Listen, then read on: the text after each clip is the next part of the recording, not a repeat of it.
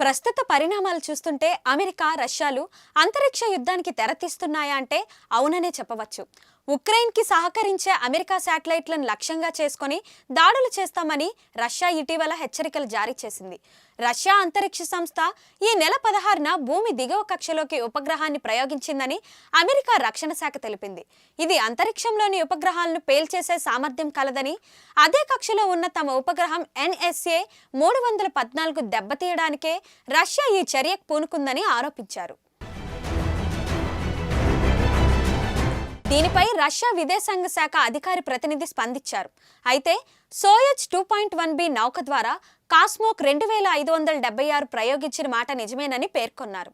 ఈ ప్రయోగం తమ రక్షణ శాఖ ప్రయోజనాలకే తప్ప మరో ఉద్దేశం లేదని స్పష్టం చేశారు.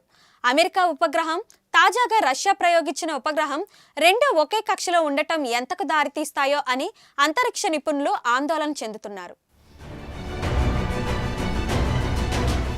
మరిన్ని వీడియోస్ కోసం ఛానల్ ని సబ్స్క్రైబ్ చేయండి. లేటెస్ట్ అప్డేట్స్ కోసం వాట్సాప్ ఛానల్ ని ఫాలో చేయండి. అండ్ లింక్ డిస్క్రిప్షన్ లో ఉంది.